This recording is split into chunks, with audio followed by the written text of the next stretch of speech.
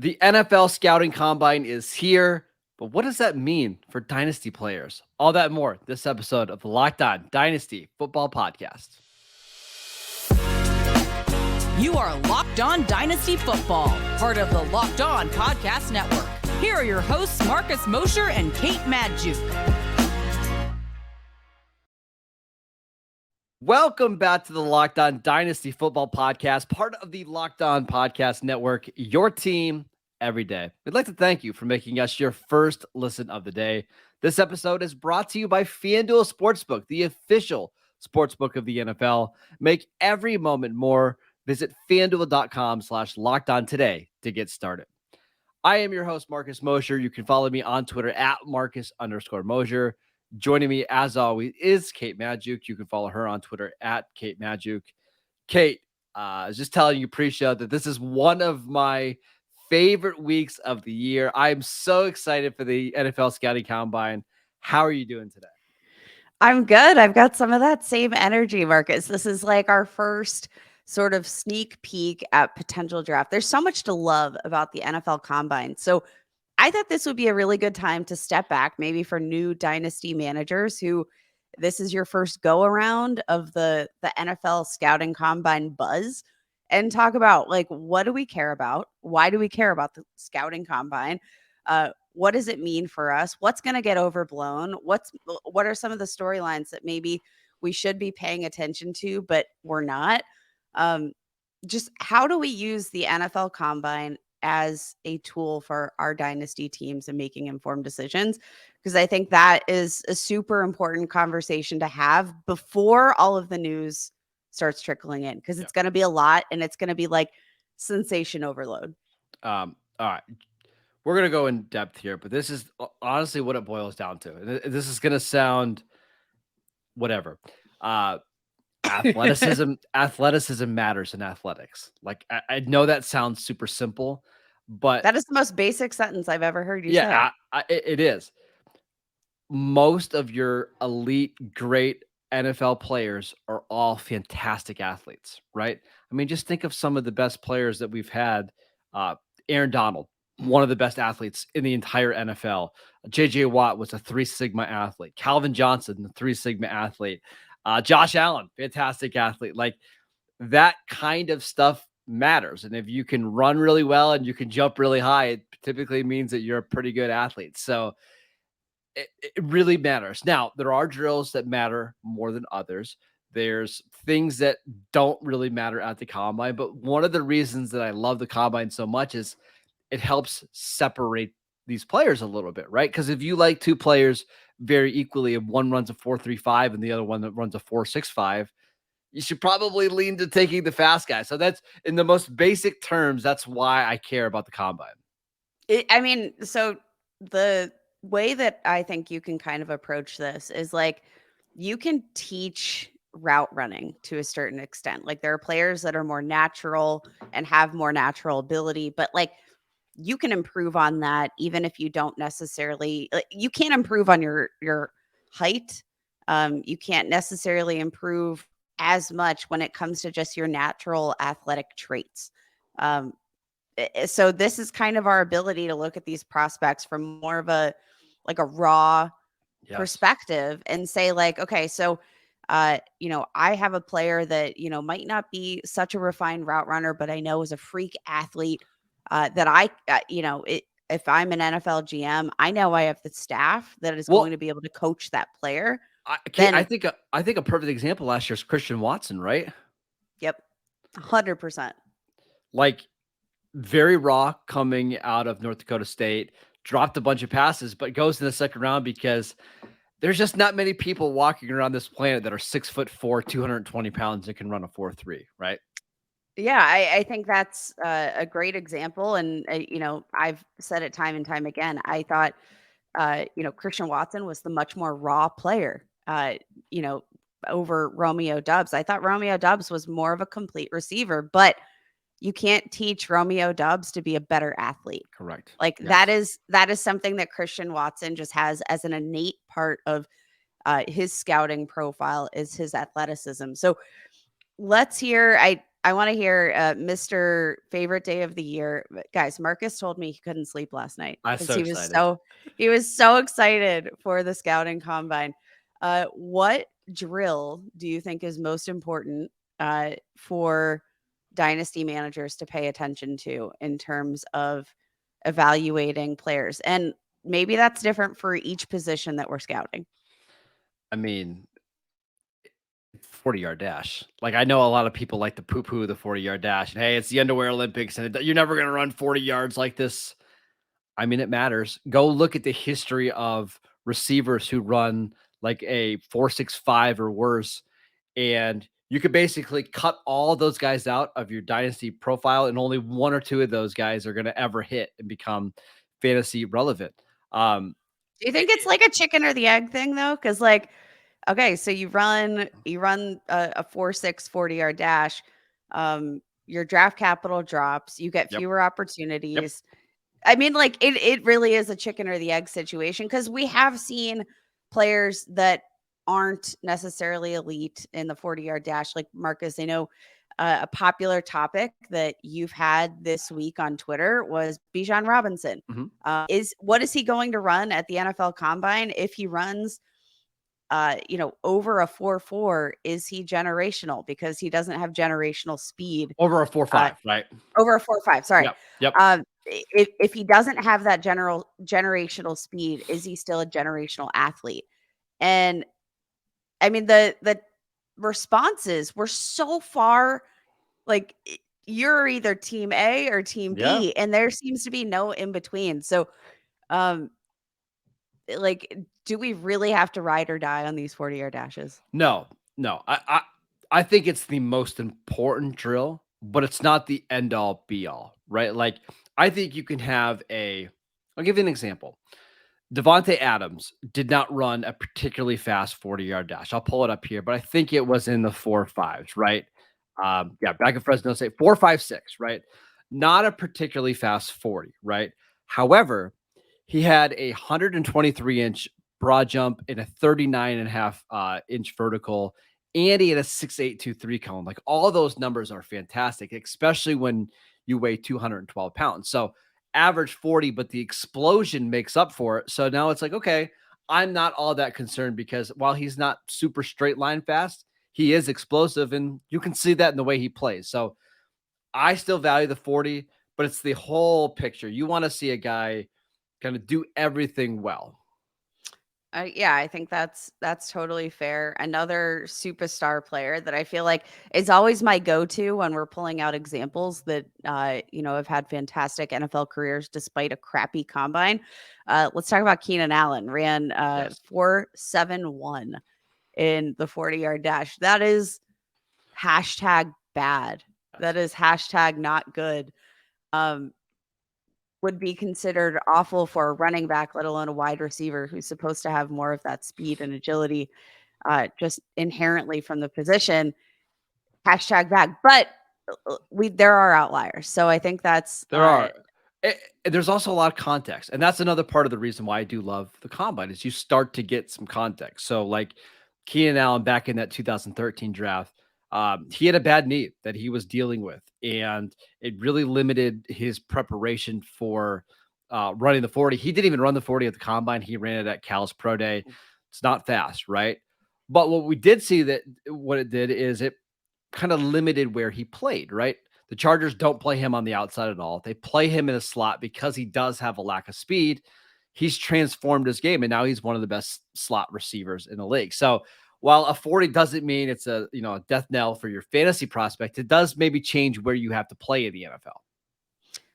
I think that's a fair shot. God, I love the combine. Me I too. would like to. We've talked a little bit about wide receivers. We've talked about a little bit of what you're looking for. Next, I want to talk about what you're not looking for. So, like, I want to teach our newer dynasty managers what noise they can filter out of Yes. the conversation, so that we know maybe what we have to not pay attention to, even if there's some buzz around it. This episode is brought to you by FanDuel. FanDuel, it's the midway point of the NBA season. It's here. It's the perfect time to bet on basketball. It's the perfect time to download it. America's #1 sportsbook. It's FanDuel because new customers get a no sweat first bet up to $1,000. That is bonus bets back if your first bet doesn't win. Just download the FanDuel Sportsbook app. It's safe, secure, and super easy to use. Then you can bet on everything and anything from money line to point scores to three-pointers drained. Plus, FanDuel even lets you combine your bets for a chance at a bigger payout with a same game parlay. So don't miss the chance to get your no sweat first bet up to $1,000 in bonus bets when you go to fanduel.com/lockedon. That is fanduel.com/lockedon to learn more. Make every moment more with FanDuel, the official sports betting partner of the NBA. So, Kate, there's a lot of noise at the NBA combine or NBA combine, NFL combine, as you alluded to. I think some of it for me is like the most pointless stuff is this player met with team X and they're really excited about meeting with this team. Like that doesn't matter, right? Like everybody's going to meet with everybody. Don't get too hyped up or not hyped if your team doesn't meet with a certain wide receiver or a certain tight end. Like to me, that's the biggest thing I just don't care about. Yeah, and it's kind of interesting because like we still have so much time, right? Teams get a certain amount of allotted interview space. Maybe they're more heavily scouting for one position, want to kind of weed through the crowds, because then after the combine we get rookie visits, and those you have to use in a very thoughtful manner. You only get so many. So Yep. like this isn't the last opportunity teams will have to meet Yep. with a prospective rookie. They can host them for visits, which I do think those visits are a little bit more meaningful because they're pretty official. Can I just really quickly go back to something that does matter a lot at this combine, and we didn't even talk about this, is for the most part, this is the first time that we get official measurements on players, right? And again, for dynasty purposes, it matters, right? We've been talking about some of these smaller receivers like Zay Flowers, Tank Dell. Like when you get to be 5'7.5" and 166 pounds, there's just not a lot of success stories. So before we even get to the on-field drills, the weigh-ins and the measurements, that honestly might be the most important thing that we get out of Indianapolis. And let's talk a little bit about that, because there are, I think, a few different positions that, or two specific positions that we might be tuning in to these measurements for with maybe a little bit more of a watchful eye. And that's the quarterback position on the fringe of Bryce Young. And what is he going to measure at? We haven't broken him down from his rookie profile yet, but I think we needed to wait until we got those. Get it? Yep. Wait. Dad joke. We needed to wait until we actually got those measurements, because it's going to be a really crucial part of his profile, as silly as that seems. For a lot of these wide receivers, like we've said it time and time again, this is a relatively small receiving class. So, Yes. That 5-10 pounds between two prospects might be the tiebreaker here when we're looking at these smaller guys. And it can end up being crucial for those positions on the draft board. The other thing that I would like to mention is that a lot of these numbers can be inflated a little bit. For example, you mentioned Bryce Young. I got a sneaky suspicion that Bryce Young's going to come in at like 200 pounds and then not do anything at the combine, right? So what does that tell you, Kate? If he comes in at, let's say he weighs in at 202 pounds, but doesn't throw, doesn't run, doesn't do anything. My man is probably bloated, has been eating Chipotle and drinking a crap ton of water. Yep. And is he going to play at 202 pounds in the NFL? No. That's why you need to be careful here a little bit. We'll see this from time to time.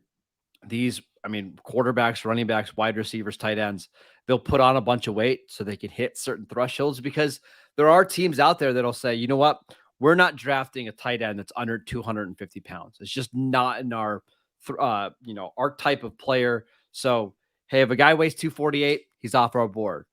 So you'll see these guys put on a bunch of water weight and then just not run, and then they'll run at their or their pro day when they're 241 pounds. So be very, very careful of the guy that comes in way heavier than you think, but then doesn't work out. Yeah, Marcus, I know how to put on a little bit of water weight. I Don't we consider all? I consider myself an expert in the field, and it ain't hard. It is not hard to put on water weight. Literally, just get me a few tubs of ice cream, get me a couple Chipotle burritos, and I'm gonna come in weighing probably 5 pounds heavier than I did the night before, and it's not a reflection of who I am, but I also can't move. I don't have the moves when I've got all that water weight. And the same thing is true for these athletes. Um, what player from the wide receiver core do you think is going to be most affected by their measurements here at the NFL Combine? We already talked about quarterback. That's a good one. What about Jordan Addison, the wide receiver from USC? I think he's going to measure in right around 5'11". But to me, it's the weight, right? Like he was listed at 175 during the college football season, and that's pretty slight. Now I know Devontae Smith went in the first round. Was it 2021 when he weighed 170 pounds? Little Heisman bit of an winner. Heisman winner, little bit of an outlier there. So if we see Jordan Addison come in at 173 and then run like a 4.51, gotta be honest, I'm a little concerned. On the flip side, if he comes in at 185 and doesn't run, I'll also be a little bit concerned. So there's a fine line there. I think Addison's a guy that I'm really curious to see what he measures in at and what he weighs in at the combine. And what drills does he participate in at said weight? Yep. It feels a little bit like a Goldilocks situation. Like it has to be just right. Right. And we have to see that right combination of height, weight, um, level of participation, Yep. even like these guys are drawing such a fine line, but I think that is um like a testament to the fact that these players are all these are the best players Yes. in all of college football, and there can be really fine lines between their skill The sets. the other thing, just really quickly before we move on, is I just want to see these guys compete. Like, I want to see the guy that's like, you know what, I'm not afraid of the spotlight and everybody watching me. I'm gonna go out, weigh in, do everything. Here's my numbers, and take it or leave it. Like, that's what I like to see. I love that DK Metcalf a couple of years ago, he wasn't worried about his 3-cone time. He came out there absolutely jacked and ran a 4.34. Like, that's what I like to see.